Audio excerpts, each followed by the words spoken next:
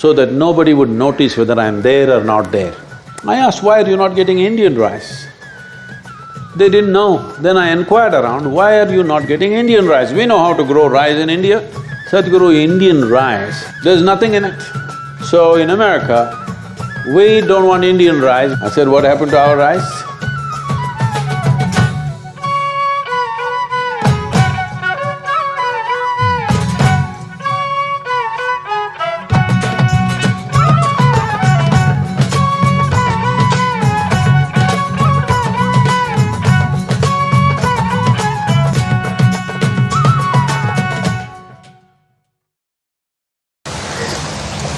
Namaskaram, Sadhguru. I'm Vijay I'm studying horticulture here in Vegetable Park. I just wanted to know, you have mentioned a lot about planting trees to save rivers, and for most of the environmental issues, planting trees is one of the most important jobs that we have to do in today's world. So, how do you know all these details? Like, being an agriculturist, I want to know, how did you get this experience with the trees and plants and… Right from my birth, I lived on this planet. Do I look like I came from somewhere? No, this is how men are supposed to look. Some men have modified themselves, but this is how a man is supposed to look. This is not from Mars, this is on this planet, okay? This grows on this planet, you know? So as this grows on this planet, plants and trees also grow on this planet. Unfortunately, today our education system has become like this. We think everything, every damn thing that you need to know in your life is in a book. If you think everything is in a book, you are a religious person. You are not a student, you are not an agriculturist, because these farmers know more about agriculture than somebody who's done PhD in agriculture. They never read a book on agriculture, they lived here, so they know. Similarly, I lived here, I lived on the land, I spent a lot of time in the jungles in Western Ghats. Well, once I rode down and floated down Kaveri from Bhagamandla on just about 6 or 8 bamboos and 4 truck tubes. I just floated down for 13 days. So I know the river very well, where it is there is sufficient water coming in, where it is just being used, where it's being contributed to, where it is being exploited is very clear if you just go down the river. You must do this. But today you have all kinds of dinghies and boats and everything, you can use something better than me, I only had 4 truck tubes. But you can use something better and you must just float down Kaveri once, observing, not just quickly on a speedboat. Slowly, taking 10-15 days, you will understand how a river is made. What makes a river? It's not some kind of science that you read in a book. It is here if you pay attention, it's all here. So, because I'll finish this today itself because tomorrow I want to behave like a good student in the school, my old teachers are there coming. But I went to school only when it was absolutely necessary. I made myself so nondescript most of the time so that nobody would notice whether I'm there or not there. So mostly they did not notice both in school and college. So I spent a lot of time initially riding on a on a bicycle, then on a scooter, then on a motorcycle. Then motorcycle powered me up to ride across the country many times. So, I know the land well. If you feel the land, you know what the land needs for its well-being. It doesn't take a genius to understand that if you watch these in different seasons, this green leaf will turn brown and fall down. Where does it go? Not one or two, millions of tons of leaves are falling down. Where does it go? That's the soil, that's the richness of the soil. And millions of animals, wild and otherwise, all of them shit. Hello? Where does it go? That is the soil. Without leaf and human also, human and animal excrement, there is no soil.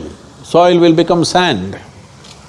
So minimum, the United Nations says this, I don't agree with this. United Nations says, for soil to be called as soil, there must be at least 2% organic content. You ask the farmer who puts his… you must see how the farmers with what joy they put their hand into soil mixed with manure and say, wow, it's so rich. You ask them how much should be the percentage.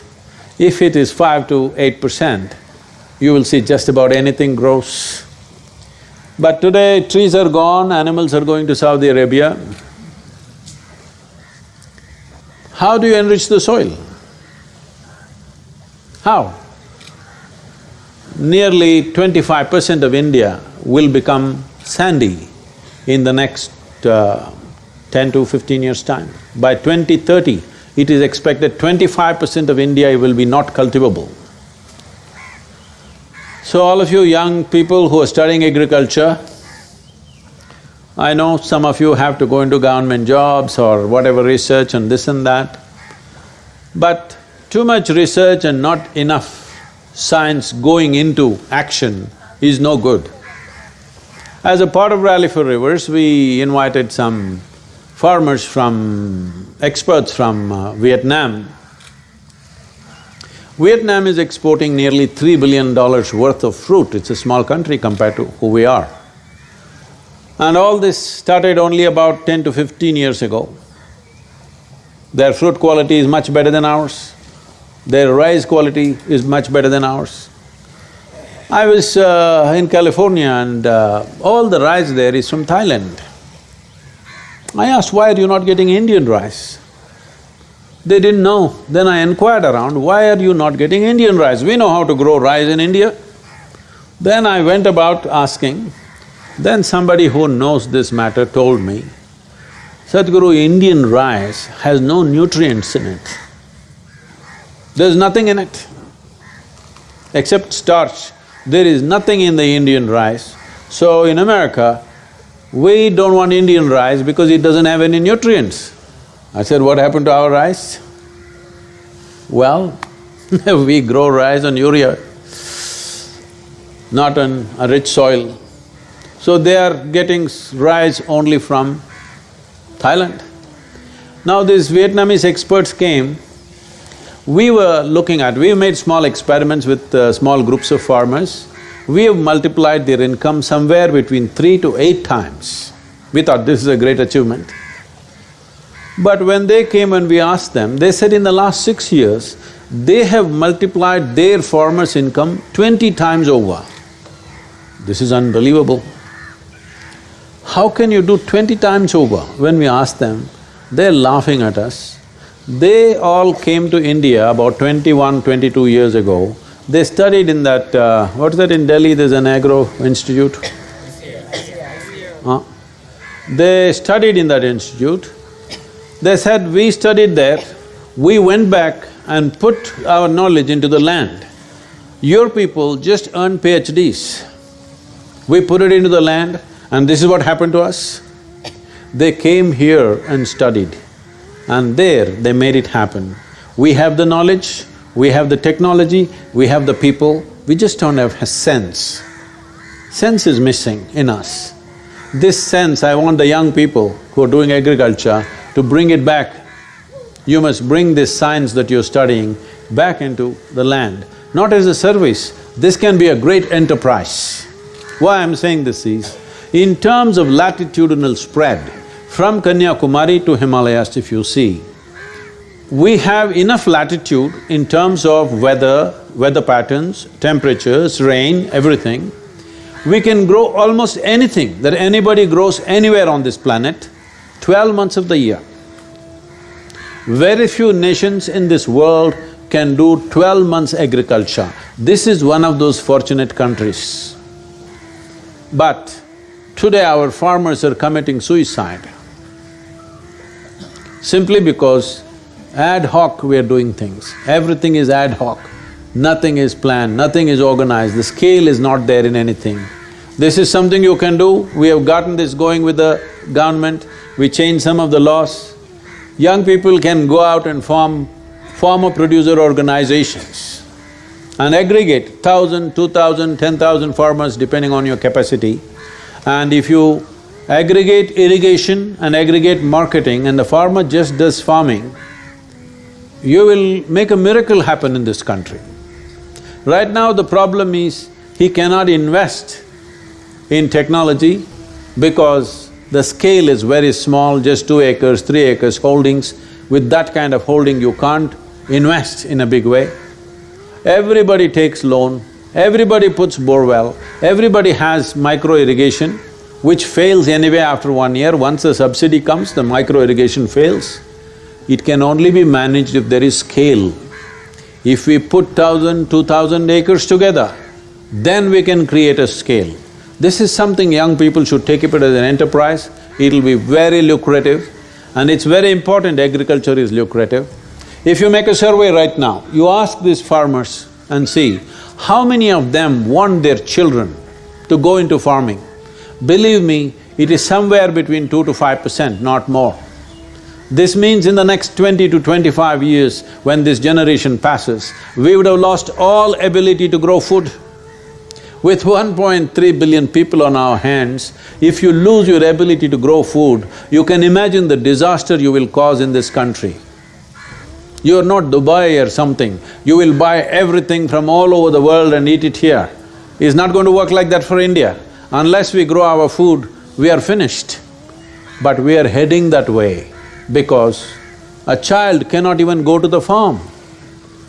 If a farmer's son goes to his farm along with his father, father will be arrested as child labor. On child labor charges, the father will be arrested because he took his 8-year-old son to his farm and both of them are working. With this kind of stupid approach, there is no future for Indian agriculture. We are trying to change this now. Education policy we are working on because without changing the education policy, we cannot change the situation of the farmer. So, already government has announced that only 50% of the time in a school, if children are there for 7 hours, only 3.5 hours will be focused on academics, another 3.5 hours they will do sport, agriculture, arts, crafts, music. See, if the way these people are singing, just a small bunch left, there was a time when the entire village could sing. Now just a small bunch left. Do you think their children are also going to learn this music? No, they're software engineers in Bangalore already, most probably. I'm saying we've gotten into this madness, what one person does, everybody must do. It is time that agriculture becomes a prime activity in this country and a lucrative activity. If you don't make it very, very lucrative process, in the next 25 years, we will lose our ability to grow food in this country. This is something that must happen. So, those of you who are in this agriculture and horticulture, particularly horticulture becomes very, very important. If we want to save this land, why this becomes a problem is, the population and land, the proportions that we have is very unnatural proportion. With this kind of population, if you want to maintain the quality of this land, more food should come from the trees. Very, very important. This scratching the earth and growing one crop every 3 months is not going to work for us long term. It's very, very important that more food, a lot more food needs to come from the trees. That means horticulture becomes prime. I want you… maybe you've not seen, but if you fly from Mysore city to, let's say, Delhi, you just keep looking down. Except for the Western Ghats, you will see the entire country looks like a brown desert. There is no greenery, there are no water bodies. Most of the rivers that you see along the way are only sand rivers. When we were doing Rally for Rivers, when we asked children to draw or paint rivers, you won't believe most of them painted sand because they have not seen a river flowing full with water, they have not seen. There is a video which went viral. This one Marathi girl in, near Mumbai, I wish we had something to show you, but this girl, she can speak only Marathi. She gave a speech, 20-minute speech, without any paper, nothing. So passionately she spoke. This Sadhguru is saying he's going to revive the rivers, this, that, he talks about a river where he floated out. I don't believe all this. I've never even seen a river on which I can float. The way she spoke, this is the future generation, they've not seen a river. We made a survey in Coimbatore city and we found 80% of the people below 20 years of age have not seen a river in their life. They've seen it only in the movies or in the pictures. How many of you, this is the first time you're near a river? Being in Karnataka, that should not be the case, but it could be true in Bangalore city. Bangalore city had 1,000 lakes and 3 perennial rivers in the city. Today there are 81, 42 of them are just sewage. And the 3 rivers, nobody is able to trace where they are. They're just gone, maybe your house is sitting on it, maybe there's a shopping mall where we are happy. So, if we don't act now as a generation of people, this land, which has nurtured thousands of years of culture and civilization, will go through tremendous upheavals in the coming decades if we don't take the right action. Right now we are pushing towards this. I want all of you to be a part of it in some way, in whichever way you can. Please.